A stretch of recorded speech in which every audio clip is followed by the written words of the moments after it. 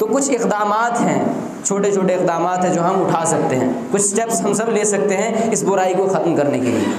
सबसे पहली चीज़, आप में से हर शख्स ये अज़्म करे दिल के अंदर कि हम अपनी शादियों में या अपने बेटों की शादियों में हम जहेज़ नहीं लेंगे, हम जहेज़ के नाम पर भीख नहीं मांगेंगे।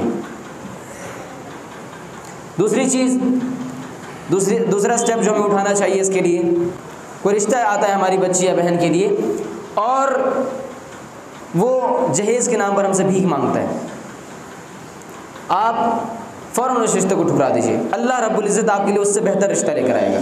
आप फ़ौरन उस रिश्ते को ठुकरा दीजिए, और ना सिर्फ ठुकराइए बल्कि ऐसे शख्स को जलील करके भगाइए घर से। अगर प्लेट उसके सामने है, प्लेट उसके सामने से खींच लीजिए आप और कहिए आप जाइए, हमें आपके घर में निकाह नहीं करना, आप जाइए। इस अंदाज में जलील कीजिए उसको कि आइंदा किसी के दरवाजे पर यह शख्स जहेज़ के नाम पर भीख मांगने से शर्माए। और बल्कि मैं आप लोगों को एक नसीहत करता हूँ, आप इसे जहेज़ कहना छोड़ दें, जहेज़ ना कहें, इसे भीख मांगना कहें, भीख मांगना कहें।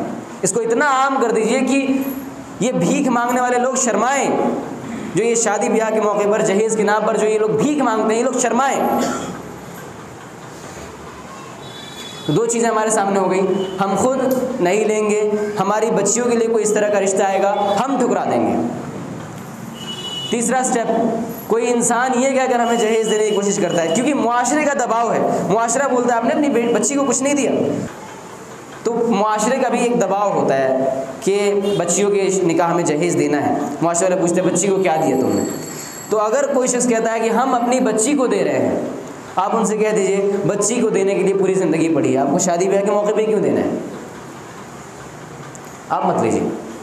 तीन चीज़ें हमारे सामने आ गई।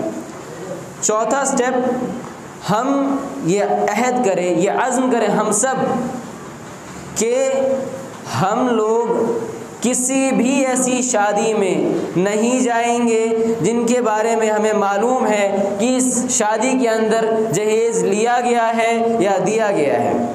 हम नहीं जाएंगे किसी भी ऐसी शादी के अंदर, चाहे कितने ही करीबी रिश्तेदार की शादी हो, ताकि शर्माएं ऐसे लोग। चार चीज़ें हमारे सामने आ गई।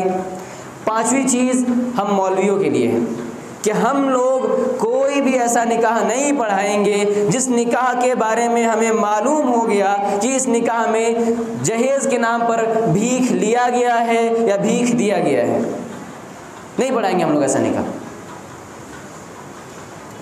तो ये 5 इक़दामात जो बहुत ही छोटे छोटे स्टेप्स हैं, अगर हम इन चीज़ों को करेंगे तो इंशाअल्लाह ताला ये चीज़ें मुआशरे में कम होंगी, ये चीज़ें मुआशरे में कम होंगी और ख़त्म होंगी।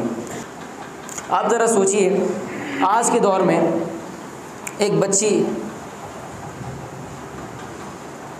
पढ़ाई लिखाई में उसकी अच्छी खासी उम्र निकल जाती है, पढ़ाई लिखाई के बाद फिर उसके रिश्ते के लिए जब रिश्ते की बात होती है उसमें 50 तरह की फ़ॉर्मेलिटीज़, 50 तरह की रस्में होती हैं, फिर जहेज़ देना, फिर शादी के मौके पे बेतहाशा इसराफ़, फजूल खर्ची, उसके बाद शादी होने के बाद भी न जाने 50 तरह की ऐसी हमारे सामने चीज़ें होती हैं जो निकाह को मुश्किल बनाती हैं।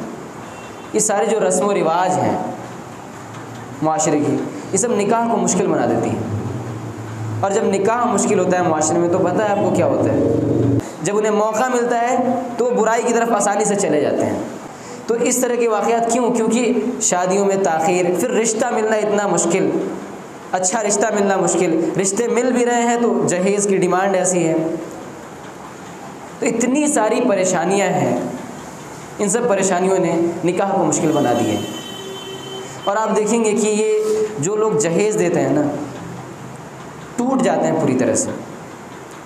और बाप के इंतकाल के बाद, बाप की वफ़ात के बाद ऐसा देखने में आता है कि भाई ये कहते हैं कि हमने तुम्हारे निकाह के मौके से जो खर्चा करना था कर दिया, हमने तुम्हारी शादी के मौके से जो कुछ रुपया खर्चा करना था हमने खर्चा कर दिया, अब हम तुम्हें मीराथ में हिस्सा नहीं देंगे, अब्बा की विरासत में हम तुम्हें हिस्सा नहीं देंगे, तुम्हारी शादी के वक्त में सब बहुत खर्चा हो गया था। तो एक लानत को हमने अपने ऊपर डाल लिया, और जो चीज़ अल्लाह रब्बुल इज़्ज़त ने हम पर वाजिब की थी, फ़र्ज़ की थी, उसे हमने छोड़ दिया। सारा निज़ाम हमने ख़राब करके रख दिया है मुआशरे का। अल्लाह रब्बुल इज़्ज़त ने लड़कों के साथ साथ लड़कियों के लिए भी हिस्सा रखा है, हर एक को उसका हक़ दिया है अपनी किताब के अंदर।